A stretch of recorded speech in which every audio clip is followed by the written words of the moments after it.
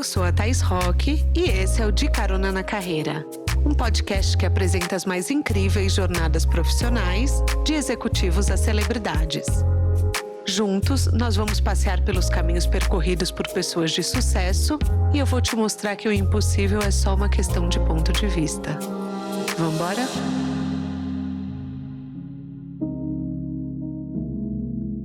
Toda mulher merece o brilho de um diamante. Essa frase é do fundador da Swarovski, marca criada em 1895, que desde então reluz nos looks femininos mundo afora. Qual será o segredo da marca, que hoje está presente em mais de 140 países e conseguiu se reposicionar inúmeras vezes no mercado?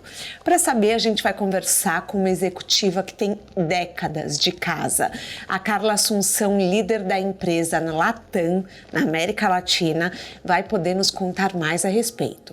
Apertem os cintos que a estrada da Carla já começou. Carla, seja bem-vinda ao De Carona na Carreira. Esperei tanto por esse momento. Quer dar um oi para os nossos caroneiros? Com certeza. Olá, caroneiros. Um super prazer estar aqui hoje com vocês, compartilhando aqui uma aventura junto com a Thaís. Gente, eu tô tentando entrevistar a Carla há um ano. Eu sempre sou muito transparente com vocês, então assim, eu corri atrás da Carla, para vocês saberem, porque eu sou muito fã da marca. E assim, Carla, é um luxo acessível, por um preço acessível, e cai muito na minha comunicação, porque eu falo muito de informação democrática. Eu sempre fiz questão que o podcast fosse gratuito, tem muita gente que faz podcast pago. Eu sempre fiz a questão porque eu acho que a informação é para todos. E vocês também têm um posicionamento de dar o brilho do diamante para muito mais gente. E eu acho maravilhoso. Exato. Não é à toa que meu presente para minha mãe de Dia das Mães foi esse. Eu pedi pro meu agora ex-marido também um colar da Swarovski. Mas eu queria que você contasse um pouquinho pra gente como a marca começou. Maravilha. Bom, primeiro, eu acho que a gente tem já algo em comum, porque eu acho incrível esse posicionamento de acessibilidade do luxo.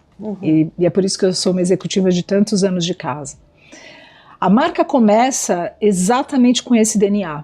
Então, o nosso fundador, Daniel Swarovski, no século XIX, em 1895, ele vem da região da Boêmia. Naquela região da Boêmia, as pessoas, né, os cristaleiros, nem sei se esse é o termo, lapidavam cristais manualmente. E aí esse Daniel Swarovski, um Steve Jobs do cristal, ele cria um método mecânico de lapidação. Ele automatiza um processo altamente artesanal. A partir do momento que ele desenvolve esse maquinário para passar a lapidar cristal automaticamente, ele entende que ele tem que sair da região da Boêmia, porque é uma região onde é um núcleo de cristal, de lapidadores de cristal, do cristal lapidado, os cristais da Boêmia. Então ele funda a Swarovski aí então na Áustria, porque esse método mecânico ele exigia muita água para essas máquinas funcionarem. Então ele vai para a região dos Alpes austríacos, na região do Tirol, e lá ele funda a Swarovski. Porque ali ele tem toda a região dos Alpes, as quedas das águas dos Alpes. Ele já na época, já constrói uma fábrica verde, autossustentável. Você tá brincando? Ele cria a própria hidrelétrica da Swarovski, então é uma água de reuso que ele usava para os nossos maquinários, porque ele dizia que toda mulher merecia o brilho de um diamante. Então ele conseguiu isso através da inovação. Foi a hora que ele automatiza um processo de lapidação de um produto que era totalmente manual e por isso não tinha escala. E é assim que a Swarovski é fundada, e a nossa missão sempre foi essa, levar o brilho de diamante para todas as mulheres, porque era essa a intenção do criador da Swarovski. E é muito legal que você fala que ele quis fugir da concorrência. Sim. Porque eu imagino que foi o que você falou, era uma área lotada de pessoas que tinham a mesma especialidade. Exato. Mas hoje eu não vejo nenhuma concorrência para a Swarovski. Assim, eu, como consumidora, conhecendo, obviamente, muito menos o mercado do que você, mas eu vejo que vocês ainda conseguem se posicionar muito acima, né? Sim, mas aí a gente também tem que olhar um pouco o curso da história. A marca, ela nasce como um componente de cristal. Então, a Swarovski, até a década de 70, ela desenvolvia cristais, componentes de cristais para a indústria, para candelabros, para os palácios. Por exemplo, os candelabros de cristal do Palácio de Versailles são todos com os cristais Swarovski, por exemplo. Nossa. O que acontece com Daniel Swarovski? Ele desenvolve o cristal para a indústria. Então, o que ele entende? Peraí, agora eu tenho um produto que eu tenho escala. Aí ele vai para Paris, ele desenvolve métodos de aplicação do cristal em tecidos. Então ele vai para Paris, ele bate na porta de grandes maisons como Dior, Chanel, fala, olha, agora eu tenho um produto que vocês podem aplicar ou em tecidos ou fazer bijuterias que pareçam joias, porque também naquela época quem tinha acesso a diamante eram pessoas de altíssimo poder aquisitivo. Então ele entende que ele tem uma joia na mão efetivamente e ele vai fazendo essa estratégia top-down. Ele primeiro vai de encontro com essas grandes maisons parisienses para com que o produto dele seja apresentado para o mercado de uma maneira altamente sofisticada. Então Dior, Chanel viu ali um potencial absurdo de começar a criar produtos que fossem associados à alta joalheria, mas com um poder de acessibilidade sob o ponto de vista de consumo muito maior. Então é assim que o cristal é desenvolvido. Hoje o que acontece? E você tem razão, Thaís, assim, é lógico que como qualquer outra marca, a gente olha o mercado, a gente vê a concorrência, mas a concorrência aqui é muito mais da carteira do nosso consumidor, de outras marcas que também têm um posicionamento bacana, mas não no cristal. Como cristal nós somos imbatíveis, não existe. Não existe uma marca sequer de produto para o consumidor com cristal que chegue próximo à qualidade do nosso cristal. E aí você tem toda a razão. E até hoje segue sendo um segredo o processo de lapidação, né? A história, assim, eu sou apaixonada pela história. Mas me conta, porque eu também amo, eu já vi entrevistas suas e eu amo essa história. Eu acho maravilhoso porque a vida é feita de histórias, né? E uma empresa que ela tem por trás dela uma tradição, um legado, uma continuidade, é maravilhoso de se ver. A Swarovski, quando ela é fundada na região do Tirol, ela cria também ali um nicho de potencial de mercado. Porque o que ela faz? Ela tem que desenvolver aquela região, ela tem que desenvolver a sua mão de obra que não existia. E desde então, para você ter uma ideia, tem áreas da fábrica da Swarovski, porque o cristal ainda ele é totalmente produzido na região do Tirol, na nossa fábrica em Wattens. Depois nós temos plantas que faz Você já montagem. Foi várias vezes? Algumas boas, algumas dezenas.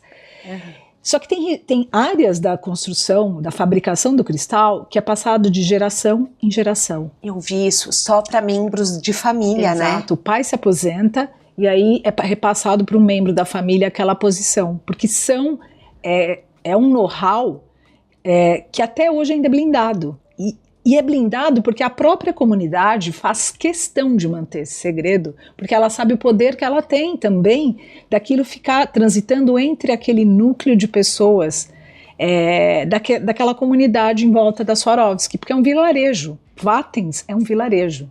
Você está brincando? É maravilhoso. E consegue alimentar 140 países? Sim, porque ali é toda a parte de produção e lapidação do cristal. Depois a montagem de todas as nossas peças, nós temos fábricas na Tailândia, no Vietnã, que aí faz todas as montagens. Mas é dali que sai a nossa matéria-prima, que é o cristal. Você sabe que eu trabalhei na Nestlé por anos, né?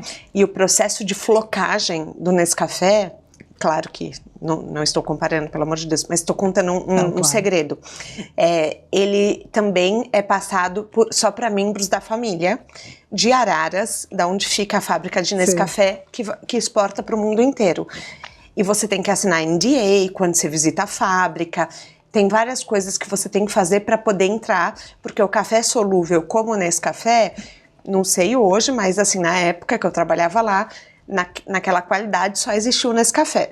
Você também tem processos de NDA quando você vai visitar a fábrica é aberta à visitação, como é? A fábrica ela passou por um bom período aonde nenhum funcionário tinha acesso, ou seja, a primeira década que eu trabalhei na Swarovski, eu ia muito a Vatens, porque também era a nossa sede administrativa, mas eu não entrava na fábrica. A fábrica ela não era autorizada a visitação.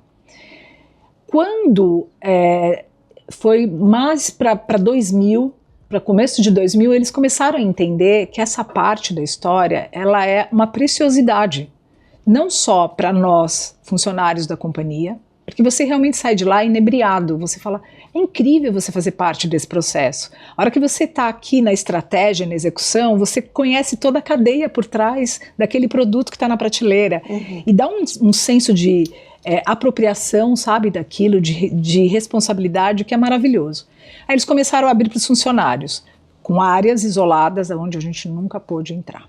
Agora existem visitações, mas são visitações com um crivo da própria companhia, que ela também recebe alguns clientes nossos que também conseguem fazer percorrer partes da fábrica, porque até hoje ainda existem partes que são manuais e altamente secretas. Essas até hoje eu não tive acesso.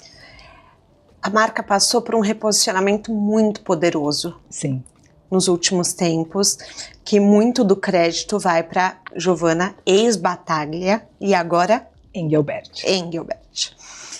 Como foi isso para a marca? Conta um pouquinho desse processo. Conto.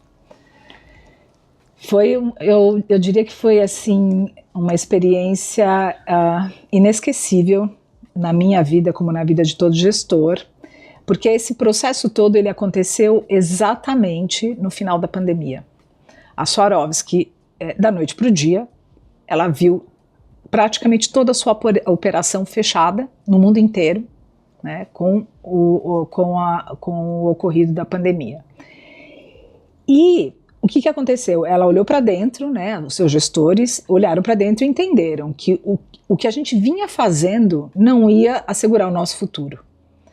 Então veio uma mudança nesse período de incubação, né, porque foi um período que todo mundo ficou trancado dentro de casa.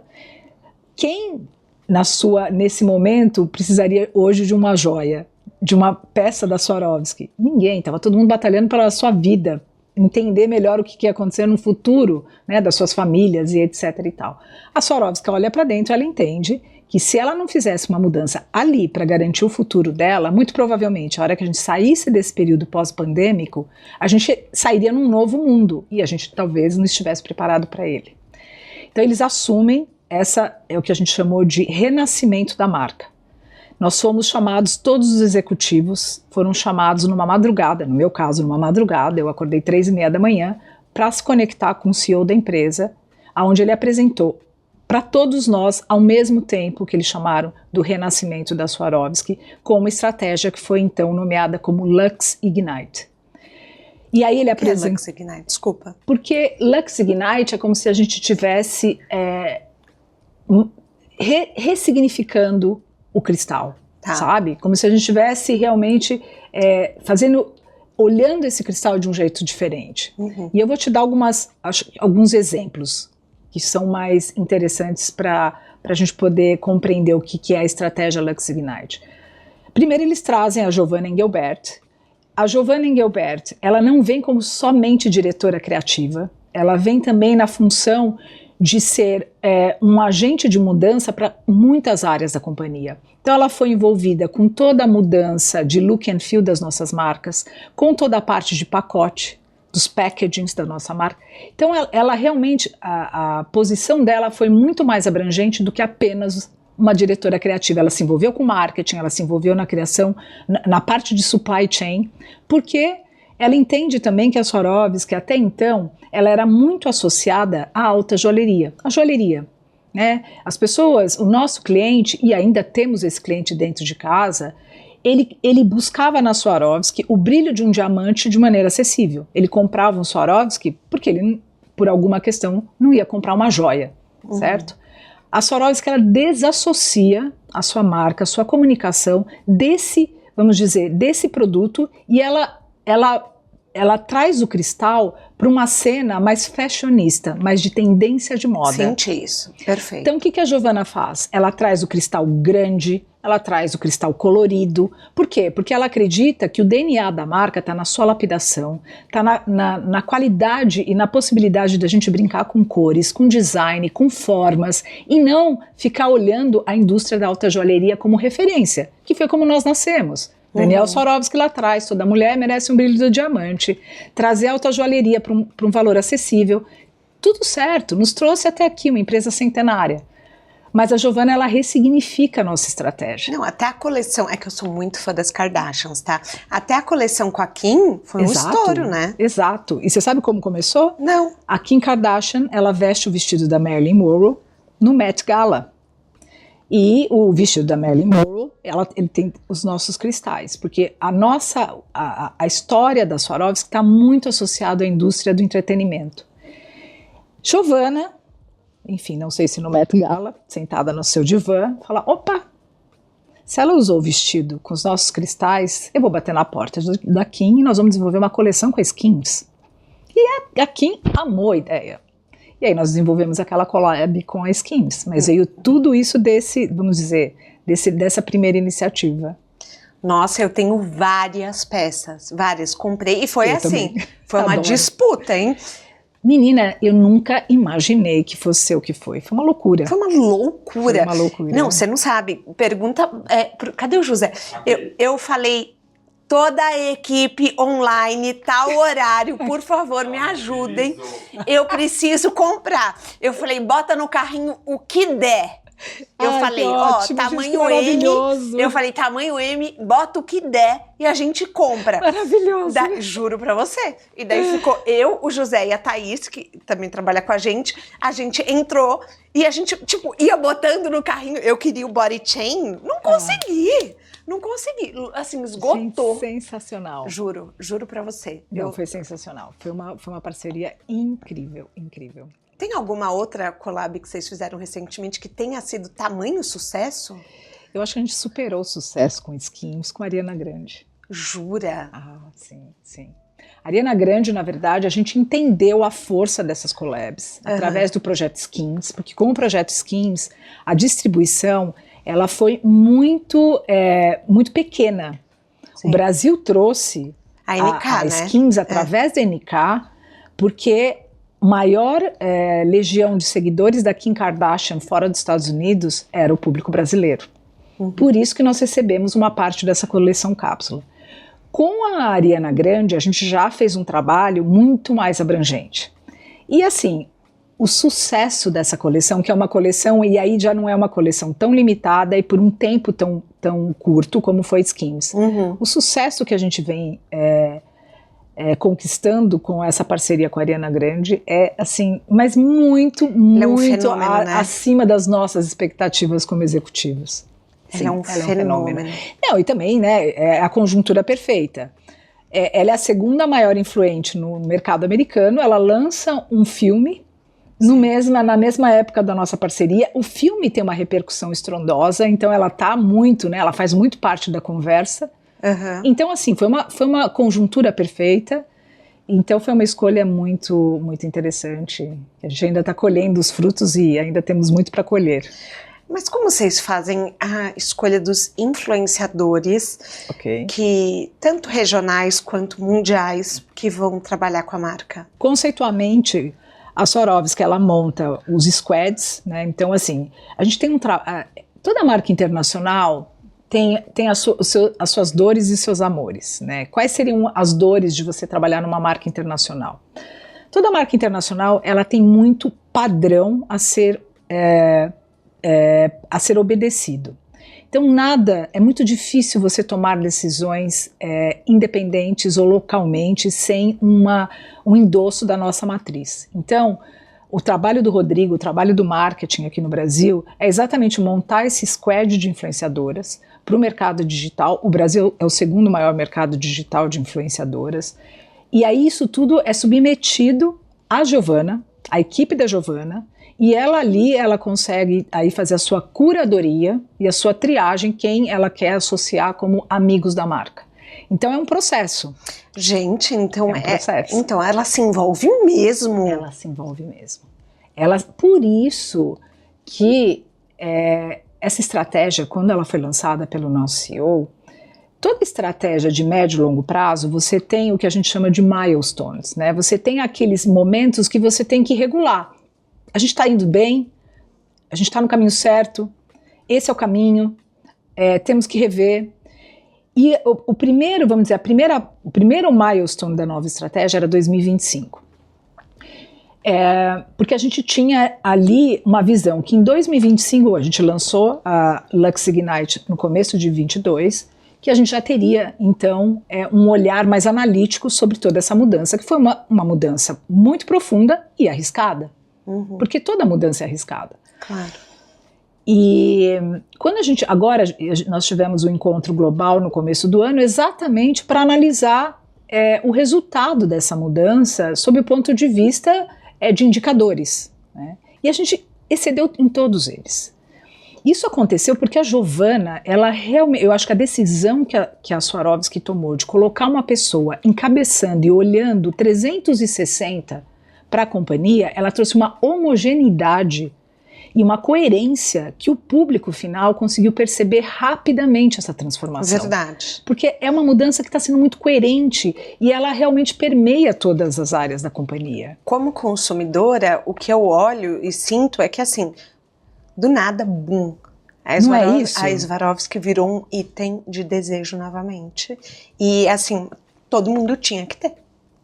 Era impressionante, as pessoas assim queriam, e você via nomes muito legais usando, fashionistas, por exemplo, me corrija se eu falar algum nome errado, por exemplo, a Prioli, Francesca, então assim, nomes muito bacanas que você confia que assim, que aquelas pessoas estão num lugar legal, e você olha, de repente você quer usar, e você vira uma necessidade, daí você entra na loja, daí tem as caixas todas coloridas, virou realmente, e me choca ser uma empresa familiar, Exato. Até hoje, sem intenção de venda, com 3 bilhões de euros de faturamento.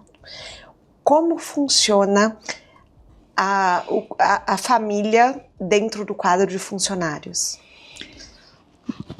Isso também fez parte da estratégia da Lux Ignite. Por exemplo, o nosso CEO, eu me reportava a um membro da família, não diretamente, mas até a época da pandemia, todo o board da companhia, ele era composto por membros da família. Nós estamos na 6ª geração Swarovski. Todos eles altamente profissionalizados, preparados para cargos executivos e aptos para um comando de uma companhia. Então, existia ali uma coerência muito grande entre você ver membros da família como em posições executivas tão importantes. Uhum. Não era porque era família. Não só. era. Olha, eu posso dizer isso porque eu realmente olhei sempre com muita admiração esses executivos da família. Óbvio que a família é enorme, eu estou falando de 6 membros da família. Tá. Uma família que hoje tem aí muito mais que 50 membros que são shareholders da empresa. O que acontece quando vem essa estratégia? Eles entendem que a relação emocional desses membros familiares para com nós funcionários, para com o que trouxe a Swarovski até aquele presente momento, não seria efetiva. Teria que ser um corte visceral, tirar a família do comando, porque decisões duras teriam que ser tomadas, inclusive. Porque tudo isso que você falou, ai Carla, de repente eu comecei a ter desejo pelo produto, pela marca, de entrar na loja. Você imagina o trabalho que existe por trás para fazer isso parecer tão fácil assim? Imagina. Então foi uma mudança que exigiu uma energia muito grande. Eles tiram todos os membros da família, colocam eles num conselho não executivo, mas consultivo, e traz o CEO de mercado pela primeira vez em 130 anos, a empresa traz uma pessoa de fora para assumir a companhia e cria um corpo de executivos, um board, para comandar essa mudança, também todos externos. Então, você vê como tudo isso que a gente está contando, e quando eu falo em coerência, até que nível isso tem que ser refletido para você chegar para mim e falar assim, nossa, da noite para o dia eu olhei para o produto, eu achei ele incrível, eu comecei a querer usar. Mas é porque foi tudo muito consistente. sabe? Tudo com muita coerência, porque todas as áreas tiveram que ser impactadas. Nossa, muito interessante. Você é responsável por quantos países? 18. Latam. Latam. América Latina. América Latina. Assim, qual que é a grande diferença que você sente? Eu sei que são muitos países para você falar, mas assim, o que o Brasil tem, assim, o público brasileiro tem de diferente? Bom, de consumo também. De consumo. Bom, primeiro que é uma região de mais de 600 milhões de habitantes. Com distâncias de voos, por exemplo, São Paulo, México, são 9 horas. Eu falo isso porque quando eu vou para a matriz e falo que eu toco uma região, que quando eu pego um avião eu vou por 9 horas, o pessoal não entende, porque eles acham que é um negócio muito pequeno, perto, uma coisa da outra. Uhum. Nós temos uma extensão territorial muito grande, com uma predominância de cultura latina e hispânica, com o Brasil quase que ilhados pela sua extensão territorial, então, ou seja, suas divisas são muito longe, distantes dos nossos vizinhos hispânicos, e com uma identidade muito própria. Então, quando eu olho a América Latina como bloco, é uma coisa. Quando você fala de mercado, é quase que dois mercados completamente distintos. Principalmente o México, porque o México ele é um espelho do restante da América Latina e hispânica. E o Brasil. São dois blocos muito distintos entre si. O México, em termos de tamanho de mercado, ele é o maior mercado da América Latina e não o Brasil. Ah, é? O México... Eu me arrisco em dizer aqui no seu podcast que, para a grande maioria das marcas de luxo, marcas internacionais, o México é o maior mercado da América Latina. Caramba, não sabia. Sim. Então, o México ele tem um poder de consumo maior do que o Brasil, do que o consumidor de luxo brasileiro, porque ele é mais democratizado o consumo no México do que o Brasil. O Brasil ainda existem muitas bolhas de concentração de consumo. O comportamento de consumo do México tem muita diferença com o comportamento de consumo do brasileiro, porque o México ele se espelha demais no mercado, no modelo americano. Uhum. E o mercado brasileiro é um híbrido entre olhar o que acontece na Europa e olhar o que acontece nos Estados Unidos. Então a consumidora brasileira, eu acho que ela tem uma mistura de gostos e opiniões mais influenciada por esses dois grandes blocos. O México ele é quase que um estado americano. O que dá certo nos Estados Unidos é um plug and play no México. Então a consumidora mexicana, ela tem uma característica muito mais, como é que eu vou dizer? Eu acho que ela tem uma necessidade de você entregar muito mais pronto para ela o que ela tem que usar do que uma consumidora. Eu vejo a consumidora brasileira que gosta de moda com uma educação de moda mais refinada, sabe? Então, acho que são diferenças que, para você tocar o negócio, são muito sutis, mas na área de comunicação faz muita diferença. Como você cria teu clientele, como você conversa com essa cliente. Por exemplo, o Brasil, é o que a gente fala, o Brasil é o país que você tem que pamper teu cliente, você tem que agradar o teu cliente, você tem que ter o cafezinho, você tem que ter muitas vezes o sofá na loja, porque teu cliente gosta de sentar. Mas algumas lojas da Swarovski não tem, Exato, né? A gente tem que fazer adaptações no nosso modelo, porque o Brasil, a consumidora ela entra, ela fica o dia, se ela puder, conversando com a relação que ela cria com quem atende ela para aquela marca, é uma relação emocional muito grande. Você não vê isso no México. No México já é uma relação mais transacional, mais rápida.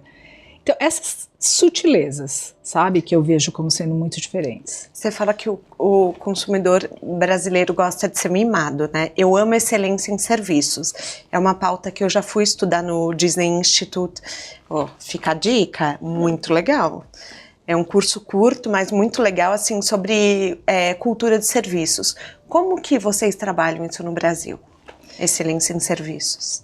Uau!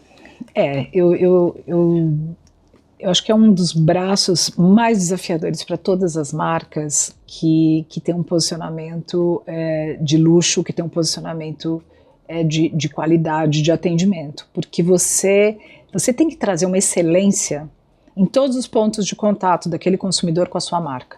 Seja na hora que ela toma um café dentro da sua loja, seja a hora que ela abre aquela embalagem, seja a hora que ela abre seu Instagram e é impactada por aquela marca. excelência em serviço são tantos pontos de contato que você tem que orquestrar ao mesmo tempo.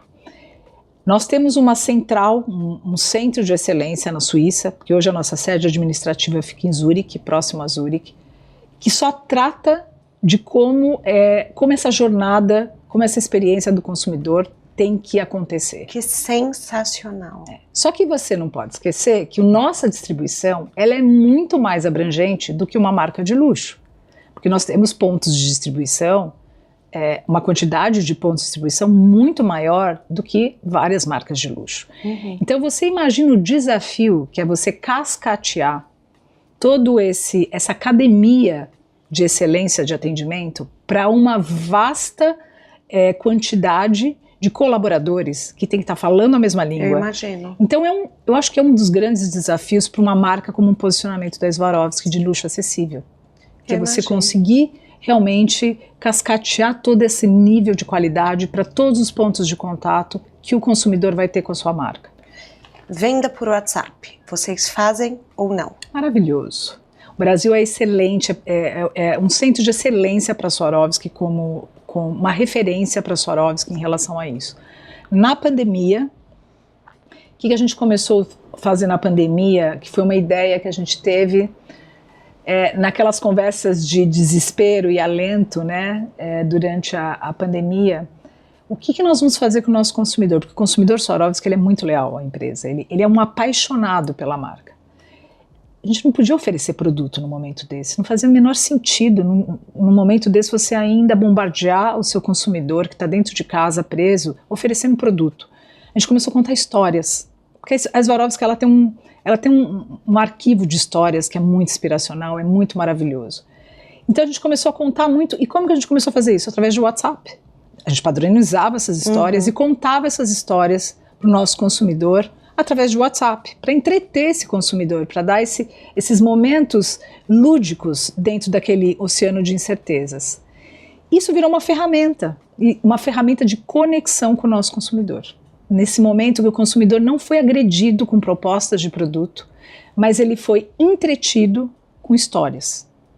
A gente criou um vínculo muito forte. Hoje, o WhatsApp representa quase que 40% do nosso faturamento. Os clientes, eles amam essa ferramenta de concierge da Swarovski, porque eles criaram vínculos. Às vezes eles estão na loja, eles provam, olha, tô indo, você entrega na minha casa? Eu já te passo o que eu vou escolher. Ou a nossa atendente, ela passa para ele, olha, eu sei do casamento que você vai, o que você acha dessa peça? Não sei. Tudo acontece no WhatsApp. É uma loucura a relação emocional que o WhatsApp construiu, essa ponte que o WhatsApp proporcionou durante o período da pandemia, que hoje virou, assim, um dos principais pilares que a gente tem de comunicação com o nosso cliente. As caixas serem coloridas e serem específicas para cada produto, por exemplo, o Millennia é a caixa verde, assim, tem a caixa rosa, tem a caixa azul, e às vezes eu peço na loja, posso escolher uma caixa de outra cor? Não pode. Quer fazer coleção? Quero fazer coleção, exatamente, das caixas. Sim. Por que esse posicionamento? Me lembra muito joalherias, assim, de alto luxo, por exemplo, Tiffany, que você compra e também tem as caixas, mas a Swarovski foi um passo além. Então, assim, vocês têm um diferencial e um trabalho de logística muito maior, né? Muito. Eu imagino, que loucura isso! É um trabalho hercúleo. Tem alguma explicação? Tem.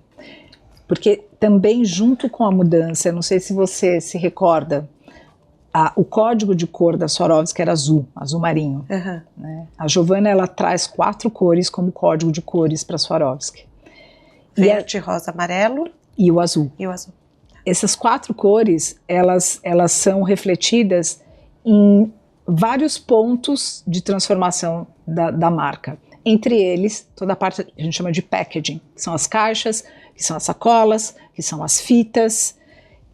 Depois você vai para dentro da loja, todo o nosso ambiente de visual merchandising, ele também tem todo um código de cores que está associado a essa arquitetura de produtos. Uhum. E aí, sem querer entrar no techniquez aqui, mas a gente tem uma pirâmide de produto que a gente chama dos produtos menos complicados, que a gente chama de low complications. Os produtos que a gente chama de mid complications, que são os produtos mais ou menos complicados, e os high complications. O que significa complication no termo em inglês? E é por isso que eu estou trazendo o termo em inglês, porque o significado de complication para inglês é diferente de complicado em português. Significa a sofisticação da artesania, a complexidade da artesania para aquilo ser fabricado. Tá. Então a Giovanna, ela separa por color codes, pelas cores, em relação ao nível de complicação e de construção da fabricação daquele produto. Gente! Então é uma rede que vai se entremeando para construir essa estratégia toda por trás. Quando uma marca quer se posicionar, muito empreendedor que está nos assistindo está entrando no mercado. O que posiciona uma marca como luxo? Porque eu vejo, assim, apesar da Swarovski ser acessível, para mim é um produto de luxo. Luxo lindo, maravilhoso. Sou fã. Que dicas você daria para quem quer se posicionar como um produto assim muito premium? Bom, é uma pergunta que só ela vale um podcast, né? Porque é muito complexa. Não, ela é complexa porque não tem bala de prata. Mas assim, na minha experiência profissional, o que eu vejo que realmente confirma um posicionamento de luxo para uma marca vem muito permeado na consistência, né? Eu acho que luxo você tem que ser muito consistente em termos de qualidade, em termos de atendimento. Como você consegue sempre superar, e outra coisa que eu acho que é muito desafiador para o mercado de luxo, você sempre tem que estar aumentando a régua, porque o nível de expectativa do consumidor para com que você surpreenda esse consumidor é sempre muito grande. Então você tem que estar sempre se superando toda vez que você traz alguma coisa para o teu consumidor de novidade, seja produto, seja coleção, seja comunicação, etc. Mas isso vem com consistência. E assim, luxo para mim, ele só é possível com o tempo. Eu não acredito que nada nasça pronto nesse sentido, porque o luxo ele vem de uma confirmação, na minha opinião, de algo que seja consistente. Quanta coisa é incrível. Restaurante. Eu já vivi essa experiência, foi o que veio à minha mente. Você vai num restaurante que ele é incrível, o serviço é incrível, é tudo maravilhoso. Você começa um boca a boca daquele lugar, aí você volta depois de 6 meses, algo mudou. Ou o serviço não é o mesmo, ou a comida, ou a porção ficou diferente. Não tem a consistência. Aí você já não começa mais, você não classifica mais aquilo como você classificou 6 meses atrás. Por isso que eu acho que consistência, para mim, se eu pudesse resumir luxo em uma palavra, é consistência no primor e na qualidade que você põe na sua proposta de valor. Marilyn usou Swarovski, a gente sabe, para cantar parabéns pro Kennedy no vestido dela, Sim. que a gente já falou. Que outros momentos pop icônicos Swarovski está na história do mundo? Você vê como eu sou agraciada? Eu estou numa marca que transita assim, por tantas áreas e dimensões. Assim, a história da Swarovski, ela se entrelaça com a indústria de entretenimento. Então. Então, assim, a gente tem muito... Você já ouviu falar no nosso Museu do Cristal? Não. Nós temos um Museu do Cristal em Wattens, que é uma loucura, é maravilhoso. É a segunda maior visitação da Áustria. Só fica atrás do Castelo da Sissi, em Viena, porque ali conta toda a história da companhia. Por quê? A Swarovski, como ela vende componentes, como ela vem dessas parcerias com as grandes maisons, como ela vem com essas parcerias com Marilyn Monroe, com Maria Callas, com Michael Jackson, com Beyoncé, a Swarovski ela sempre está muito associada a esses momentos icônicos da sociedade contemporânea. Então, a gente participa de filmes, a gente participa de Met Gala, a gente participa de grandes premiações, sei lá, Macacão do Harry Styles, todo de cristal Swarovski, a nossa parceria no Met Gala do ano passado. Então, essa possibilidade, né, da gente se entremear com a indústria do entretenimento, eu acho que só a Swarovski ela consegue ter essa possibilidade. Sabe que marca que eu penso? Não estou comparando. Não sei, me corrija, porque eu estou aqui também refletindo junto com você. Só tô falando uma marca que não tem nada a ver, mas que eu vejo muito também, e eu fui no museu, da Tabasco. Uau. Tabasco é uma marca que não tem nada a ver com a Swarovski, mas é uma marca muito forte também no mundo. É uma empresa familiar e eu fui no museu em New Orleans e é assim, impressionante o quanto eles estão em filmes, em cultura, na cena do dia a dia das pessoas. Sensacional. Mas assim, se a gente... Pergunta polêmica. Se a gente pega um leigo, eu sou leiga, por exemplo, no assunto, um cristal Swarovski e um diamante, eu sei diferenciar? Porque eu acho que eu não sei. O cristal com o diamante, sim. Você consegue porque o diamante, ele tem classificações. Sei. Certo? O cristal, o que faz o cristal remeter ao diamante? É a sua lapidação e o seu brilho. Tem outras ordens de um diamante, de qualidade de um diamante, que não se aplica num cristal. Essa é a diferença. Porém, nós temos uma lapidação, a Swarovski ela desenvolveu um método de lapidação para o cristal que é inigualável. Por isso que nós estamos entrando agora na indústria dos diamantes, os que a gente chama de lab-grown diamond, que são os diamantes verdes, por exemplo. Isso aí é uma novidade para um outro podcast. Porque ainda é uma novidade para a América Latina. Mas eu diria que são essas especificações técnicas, né, que fazem a diferença entre um diamante e um cristal. Agora, em questão de brilho e de refração, o cristal da Swarovski ele remete ao brilho e à refração de um diamante. Com certeza. Você sempre teve a meta, porque eu fucei no seu LinkedIn, tá? Sou meio stalker. Nossa, eu preciso melhorar muito meu LinkedIn. Precisa atualizar, dar uma atualizada ali, eu Carla. sei. Que a gente tem um público. É que assim, no ou eu venho fazer podcast com você, pelo amor de Deus, você vem aqui. Não, pelo amor de Deus, não fala pra ela entrar no Rodrigo, LinkedIn. Preciso melhorar meu LinkedIn, ó, tô aqui. Não, mas eu tô brincando, porque muita gente hoje em dia já não tem mais LinkedIn. E eu falo, gente, a gente tem uma galerinha lá, entendeu? Porque como é carreira, o tema, então a gente tem um público, uma audiência no LinkedIn. Você sempre quis ser líder? Thaís, eu não sei se você já me ouviu falar isso. A minha carreira não foi uma carreira planejada. Eu, de verdade, a minha carreira ela tinha um objetivo muito claro, que era a minha independência financeira como pessoa. Então, assim, eu não tinha carreira, eu tinha objetivos de vida que, obviamente, permeavam na minha carreira. Então, eu quando comecei a minha vida, a minha carreira profissional, eu não tinha muito claro aonde eu queria chegar. Eu sabia o que eu queria como pessoa, que era independência financeira, liberdade de tomar decisões, liberdade de ir e vir. Então, eu acho que esse foi o estofo importante que eu tive para construir essa jornada que me fez chegar até aqui. Em paralelo a isso, eu tive o que eu chamo de anjos. Eu tive pessoas que atravessaram a minha carreira, que viram em mim coisas que eu não sabia que eu tinha e que eu não sabia que eu pudesse, inclusive, exercitar como profissional. Então, eu acho que a minha vontade,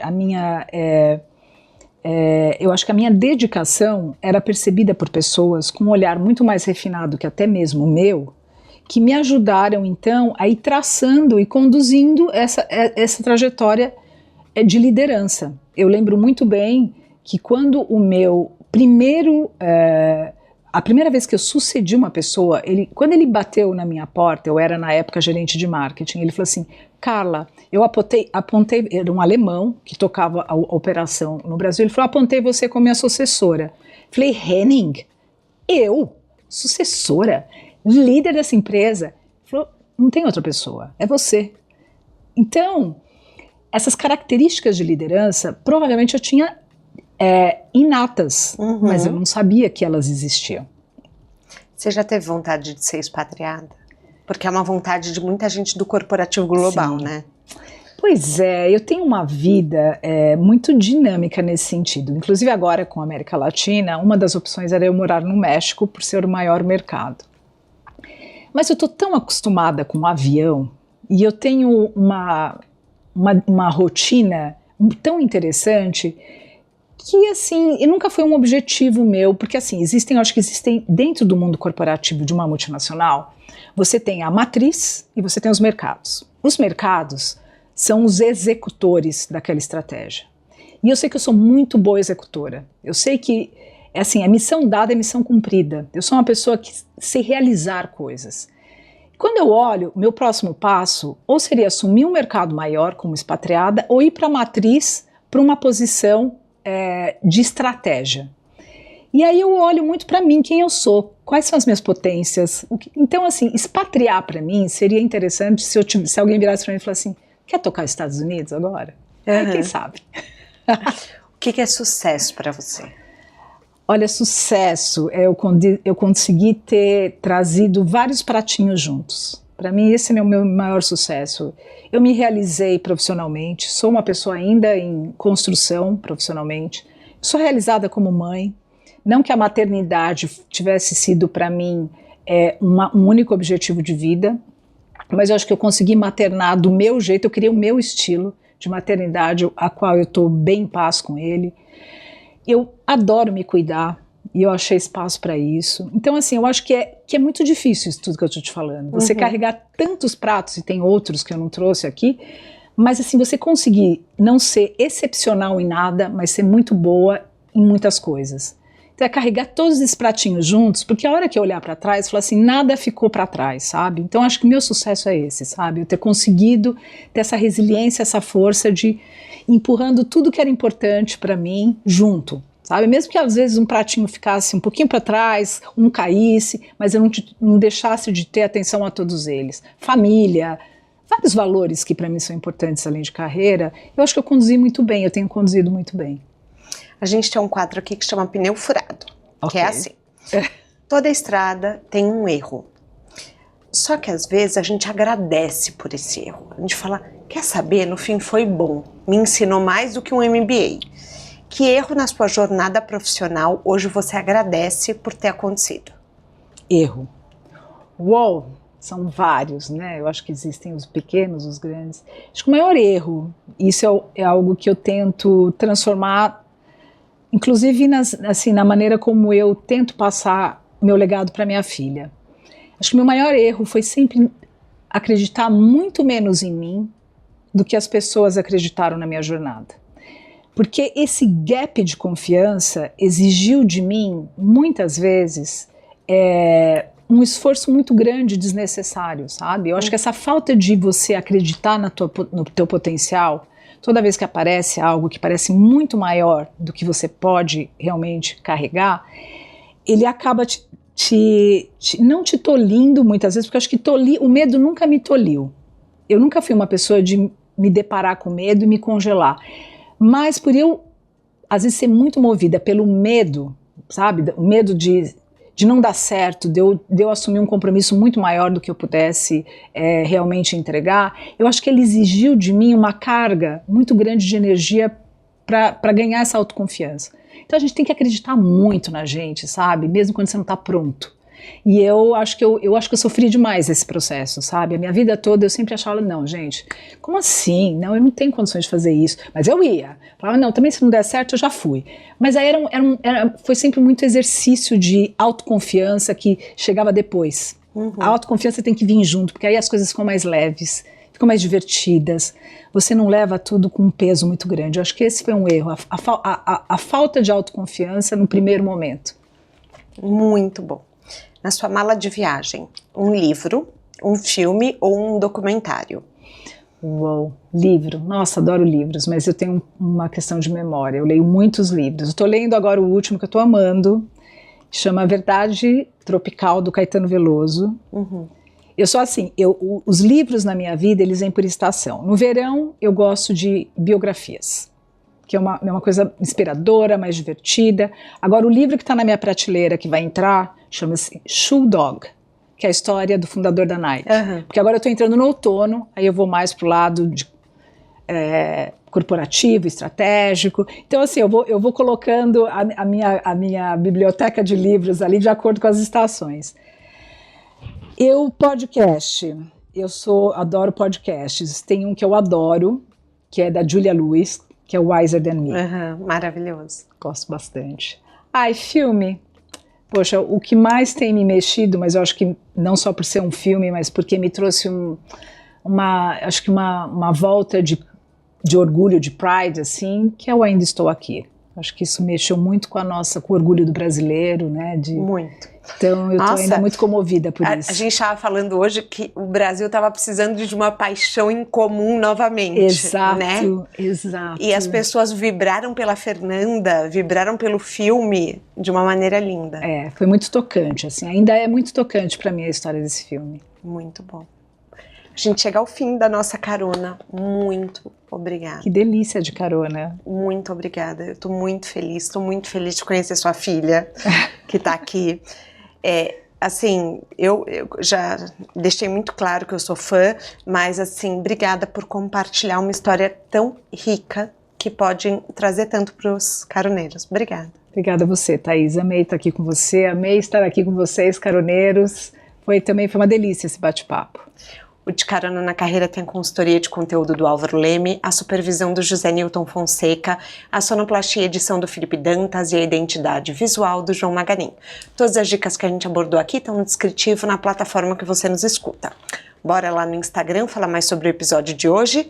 A gente volta na próxima semana com mais um De Carona na Carreira. Um beijo grande. Que delícia, bem! Obrigada!